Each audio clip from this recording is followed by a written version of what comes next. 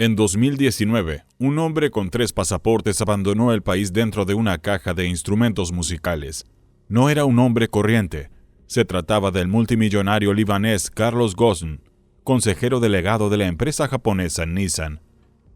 ¿Cómo puede un hombre de tan alto estatus social escapar de esta manera? ¿Qué le impulsó a escapar? ¿Quién planeó un plan de fuga tan genial? La historia de hoy trata de Carlos Ghosn.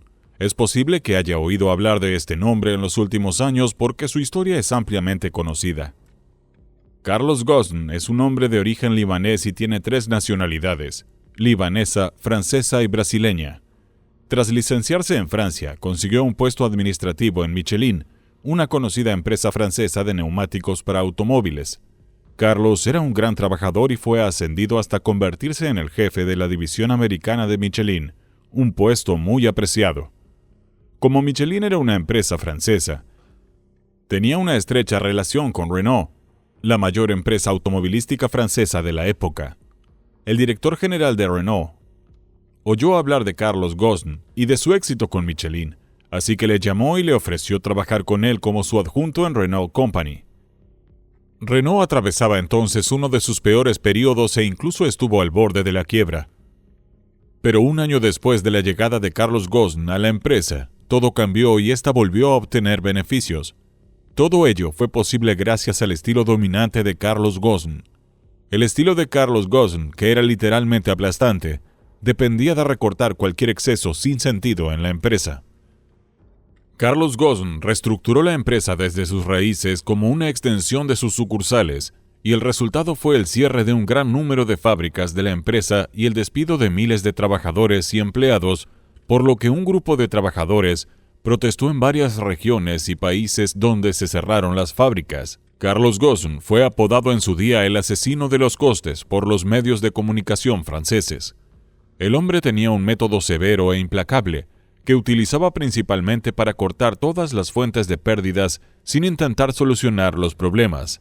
De esta forma, Carlos consiguió sacar a Renault de su crisis y hacerla más potente que nunca.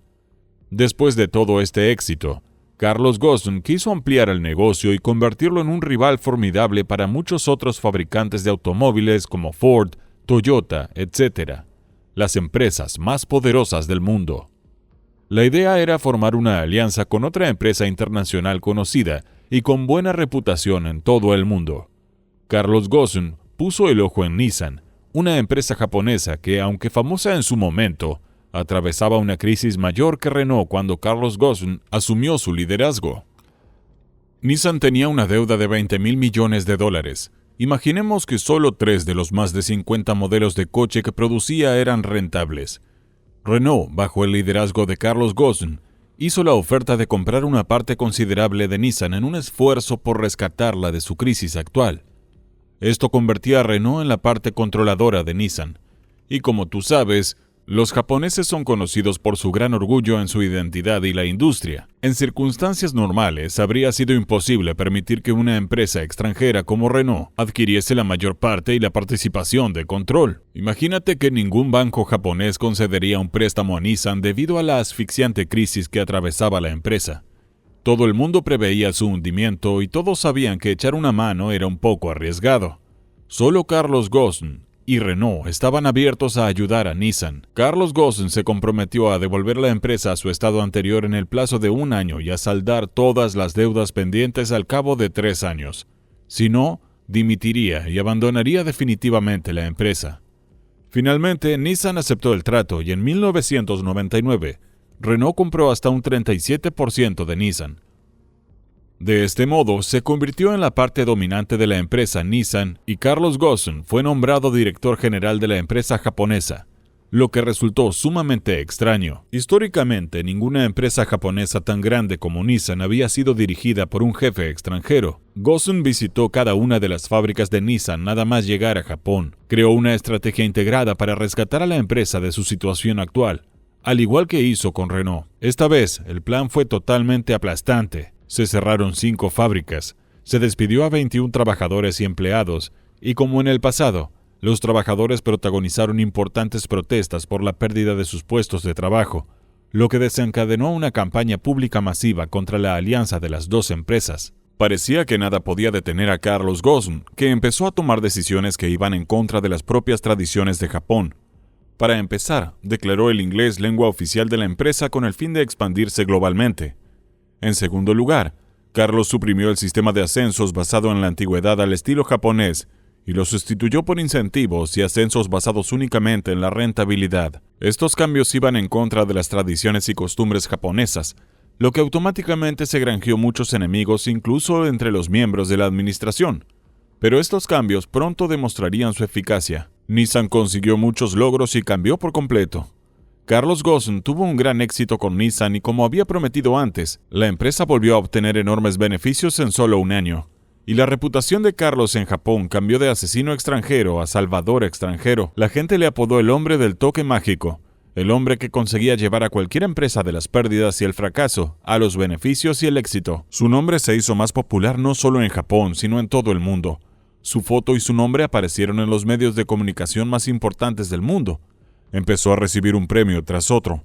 Incluso se hizo un manga sobre él, del que se vendieron más de 1 millón de copias. El hombre se convirtió literalmente en una estrella. Era famoso y lo respetaban tanto que cada vez que entraba en un restaurante en Japón, la gente se ponía de pie y aplaudía. Pasaron los años y las cifras de Nissan y Renault siguieron creciendo hasta 2005, cuando el CEO de Renault se jubiló y su segundo, Carlos Ghosn, se convirtió en el director de la empresa.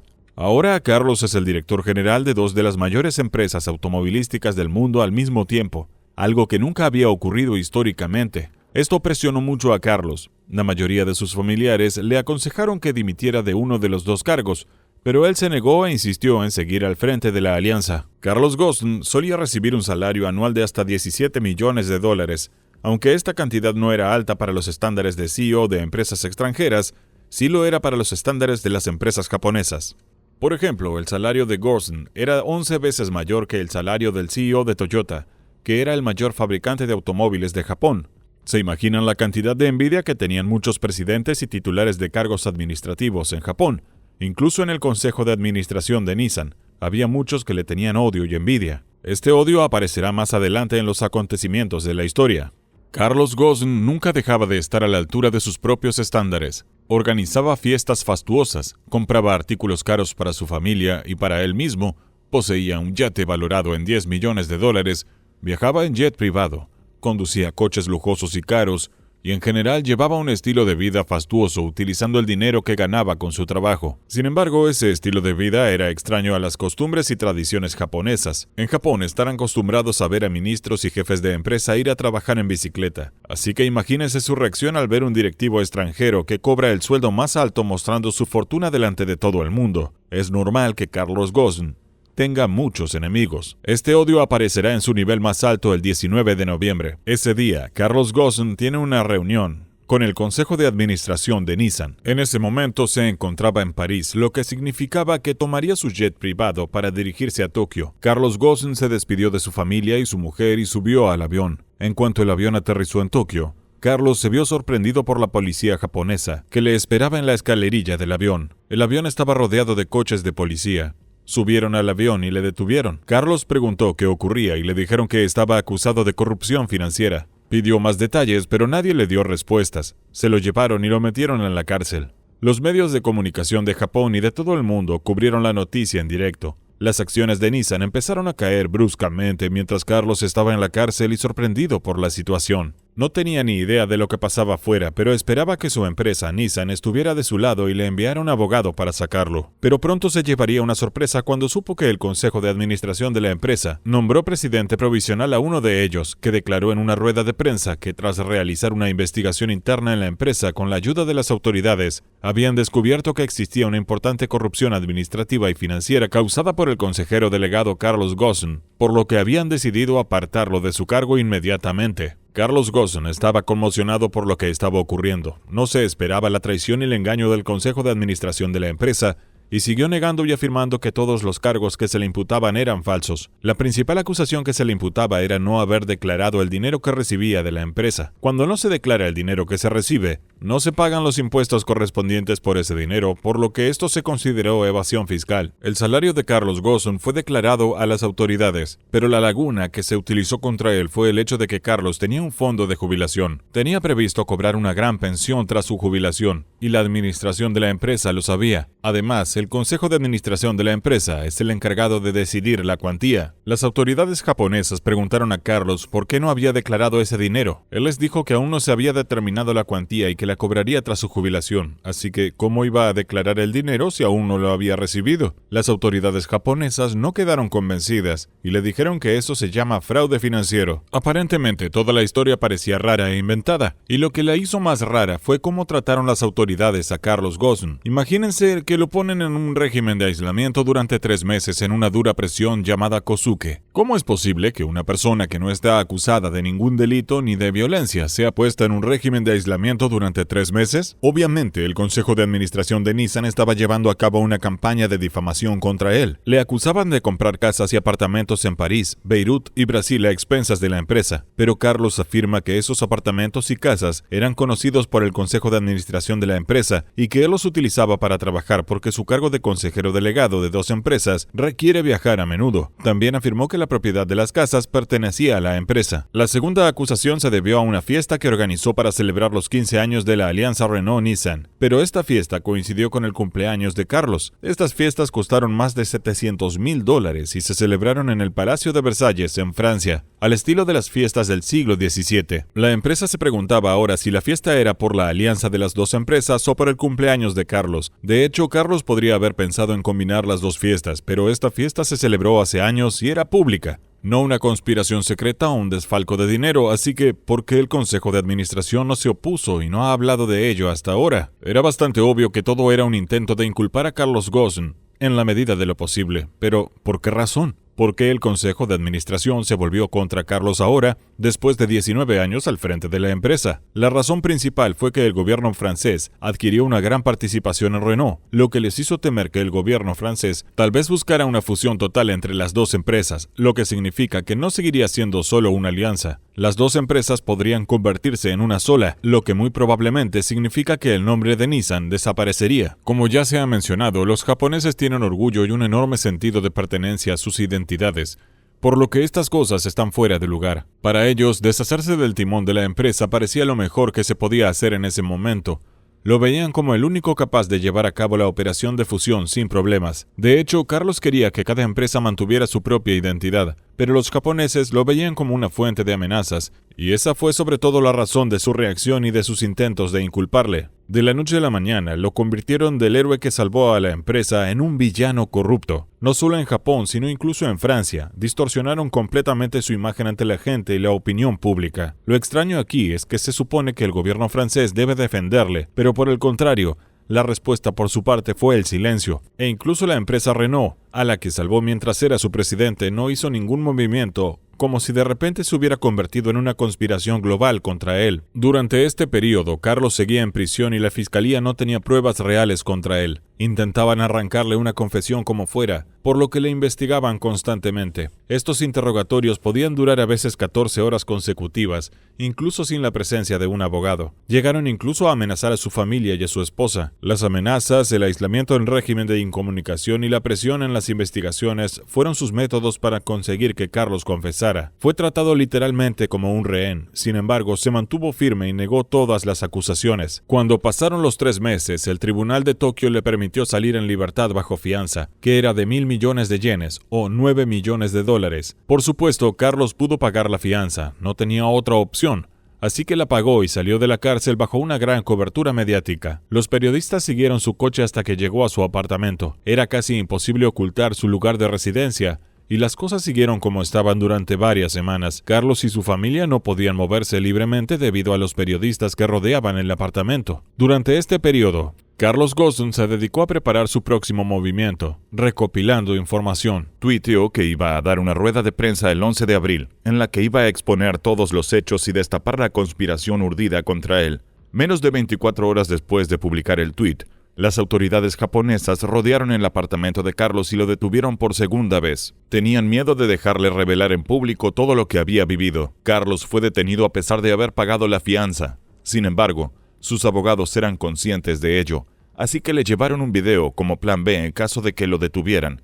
Y eso es exactamente lo que ocurrió. Tras la segunda detención, Carlos permaneció encarcelado 21 días y luego quedó en libertad bajo fianza por segunda vez. Esta vez pagó casi $5 millones, lo que significa que pagó una fianza de $14 millones en total. Imaginemos que las autoridades japonesas le pusieron unas extrañas condiciones para liberarlo. En primer lugar, le van a confiscar los pasaportes libanés y brasileño y solo le van a permitir conservar el francés como documento de identidad. En segundo lugar, se le prohíbe salir del país, lo cual es obvio. En tercer lugar, le confiscarán todos sus dispositivos personales, ordenador portátil y teléfono. La cuarta condición, la más extraña, es que se le prohíbe comunicarse con su mujer y su familia de forma permanente, lo que significa que si intenta enviar un mensaje o un correo electrónico a su mujer, ha violado las condiciones de la puesta en libertad y será detenido de nuevo. Estaba muy claro que las autoridades japonesas intentaban debilitar a Carlos porque sabían que su esposa era su fuente de fortaleza, y sin ella sería más débil y podría admitirlo más fácilmente. Carlos estaba seguro de que las autoridades japonesas tenían malas intenciones, así que pidió inmediatamente a sus abogados que le dijeran a su mujer que volviera a Beirut. Quería mantener a su familia y a la gente que quería al margen de todo esto porque estaba bastante seguro de que no se le haría justicia. En Japón, el porcentaje de victorias del fiscal en los casos en los que es parte es del 99,4%, así que ganar un caso contra el fiscal era casi imposible.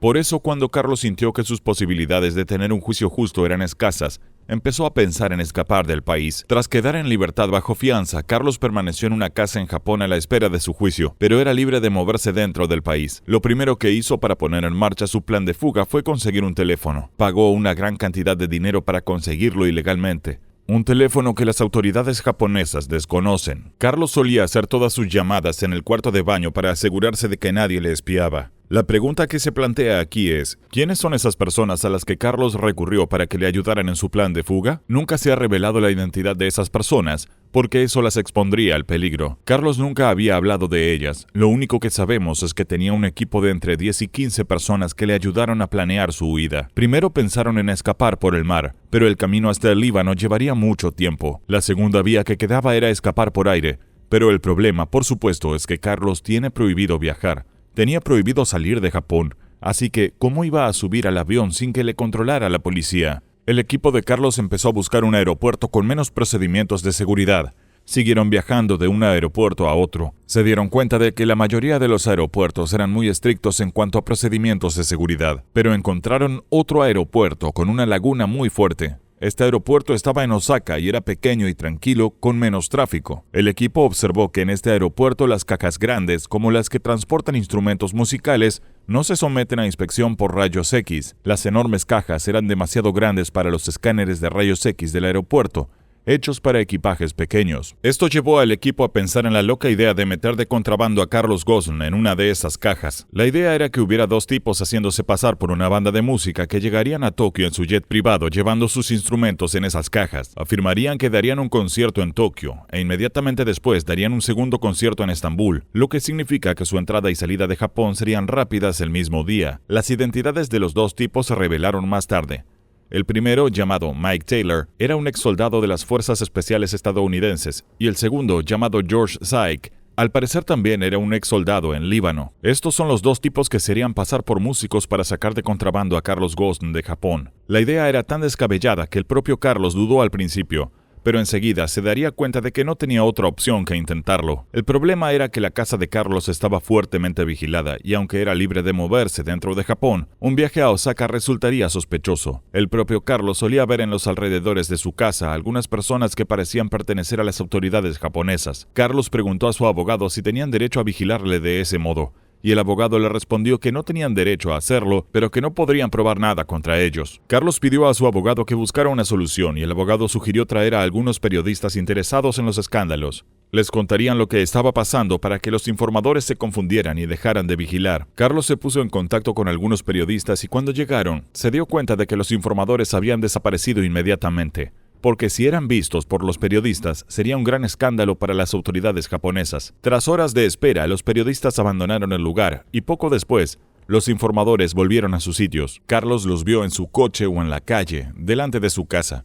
Sin embargo, Carlos se dio cuenta de que si quería que se fueran, solo tenía que llamar a los periodistas, y entonces desaparecerían inmediatamente. Finalmente, el equipo de contrabandistas determinó el 29 de diciembre de 2019 como el día de llevar a cabo su plan de fuga. Pero quedaba otro problema. Carlos era muy famoso en Japón, y sus rasgos extranjeros solían llamar la atención de la gente. Pero por suerte para ellos, era fin de año, era invierno. Llevaba una chaqueta grande, un gorro de invierno, y se puso una máscara en la cara. Era habitual que los japoneses se pusieran una máscara incluso antes del COVID, así que Carlos pudo ocultar su cara y sus rasgos con facilidad. Luego llamó a los periodistas y les dijo que los informadores estaban por su casa y que esta vez los verían. Pero debido a la información que consiguieron los informadores, volvieron a desaparecer. En cuanto Carlos se percató de la desaparición de los informadores, salió vestido con su ropa de invierno para pasar desapercibido y se dirigió a un hotel llamado Grand Hyatt, donde se encontró con los dos tipos que le iban a pasar el contrabando, Mike Taylor y George Sake, que le dieron un consejo para no llamar la atención hasta que llegaran al aeropuerto. Salieron del hotel, cogieron un taxi y se dirigieron a la estación de tren, donde tomaron el tren a Osaka. Tras su llegada a Osaka, se dirigieron a un hotel donde les esperaba una caja de contrabando. Carlos intentó entrar en la caja para asegurarse de que podía respirar con normalidad. Hicieron pequeños agujeros por si a Carlos le costaba respirar. Se cambió de ropa y se metió en la caja.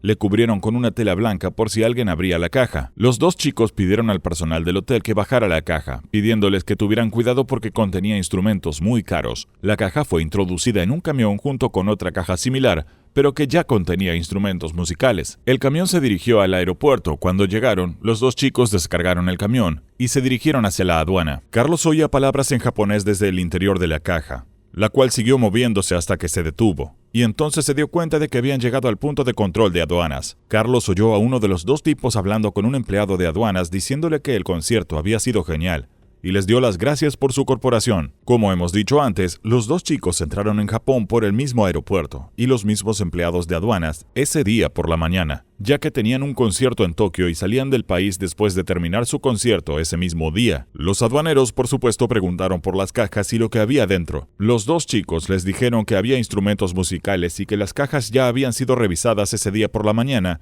cuando entraron en Japón, y que ahora se llevaban los instrumentos después de terminar su concierto en Tokio y volaban en su jet privado a Estambul para su próximo concierto. Uno de ellos dijo en la aduana que sus instrumentos musicales debían manipularse con precaución, pues de lo contrario podrían romperse, y como tenían otro concierto les pidió que no los retrasaran. Los empleados de aduanas no se lo pensaron dos veces, ya que las cajas se habían comprobado antes, no había necesidad de comprobarlas de nuevo, sobre todo porque los músicos volaban en su jet privado. Carlos Ghosn oyó a los dos empleados de aduanas bromear entre ellos, y uno de ellos dijo: «Lo más probable es que estos dos tíos estén pasando chicas guapas dentro de las cajas». No comprobaron las cajas y ni siquiera intentaron abrirlas. Lo único que hicieron fue meter el equipaje en el escáner de rayos X y dejarles marchar. El propio Carlos dijo que el plan no habría funcionado sin suerte, además de algunas circunstancias que les ayudaron, como el momento de la operación. Era fin de año y precisamente en esa época el número de empleados es menor y muchos de ellos están de vacaciones. Normalmente los empleados presentes tienen menos experiencia, porque los más experimentados son los que están de vacaciones. El equipo salió del aeropuerto con sus cajas y las cargó en su jet privado. Carlos tuvo que esperar a que el avión despegara para poder salir de la caja. Esperó casi media hora con miedo, temía que le descubrieran. Por fin Carlos oyó el ruido del avión y sintió su movimiento en la pista. Se sintió aliviado cuando tuvo la certeza de que había salido de Japón. Uno de los dos chicos trajo la llave de la caja y lo sacó de ella, y se quedó con él en el armario trasero que estaba cerrado. El avión aterrizó finalmente en Estambul. Un hombre vino y llevó a Carlos a otro avión que le esperaba en la pista sin entrar en el aeropuerto. El avión se dirigió inmediatamente a Beirut. El vuelo fue corto, duró aproximadamente una hora. En cuanto el avión de Carlos aterrizó en Beirut, el funcionario de aduanas le reconoció. El nombre de Carlos era conocido en Líbano y los libaneses le apoyaban desde el principio en su caso. El aduanero le dio la bienvenida y le felicitó por su llegada al Líbano. Y aquí, Carlos Ghosn tuvo la certeza de que había llegado a salvo. Carlos volvió con su mujer y su familia. Y justo después, la noticia de su ida de Japón se difundió ampliamente por todo el mundo. Las autoridades y los medios de comunicación japoneses no lo aceptaron, acusando a sus abogados de negligencia y de no vigilarle bien, sabiendo que esa no era su misión. Las autoridades japonesas han emitido una orden de detención de Interpol contra Carlos Ghosn, pero Líbano no es uno de los países que extraditan a sus ciudadanos a ningún otro país. Estaba claro que apoyarían a Carlos y le protegerían. Inmediatamente después, Carlos dio una gran rueda de prensa en Beirut en la que explicó al mundo todo lo que le había ocurrido, y se defendió exponiendo detalles y toda la información que obtuvo. Finalmente, dijo honestamente que no escapó de la justicia, sino que escapó por falta de justicia. Desde entonces, Carlos Ghosn apareció en muchas entrevistas en los canales árabes y extranjeros más conocidos. También hubo un documental que hablaba de todos los detalles del caso. Lo único sobre lo que Carlos tenía reservas era sobre la fuga, ya que podría haber creado problemas a las personas que le ayudaron si hubiera hablado de todos los detalles de la operación. Las autoridades libanesas ofrecieron que las autoridades japonesas les entregaran los expedientes del caso y Carlos sería juzgado en el tribunal libanés, pero las autoridades japonesas rechazaron la oferta y siguen pidiendo la extradición de Carlos. Carlos sigue viviendo en el Líbano a día de hoy. El caso contra él sigue pendiente en Japón y el riesgo de su arresto se mantiene si sale del Líbano debido a la orden de arresto presentada por Japón a Interpol. Imagínate que incluso el sistema judicial en Francia también emitió una orden de arresto contra Carlos después de alguna investigación interna en Renault, pero ostensiblemente no hay pruebas para demostrar estos cargos contra Carlos Ghosn. Carlos siempre habló abiertamente del asunto, a diferencia del sistema japonés que manejó el caso con arrogancia y siempre mostró sus malas intenciones. En general, nadie sabe toda la verdad, a menos que un día se descubran todas las cartas.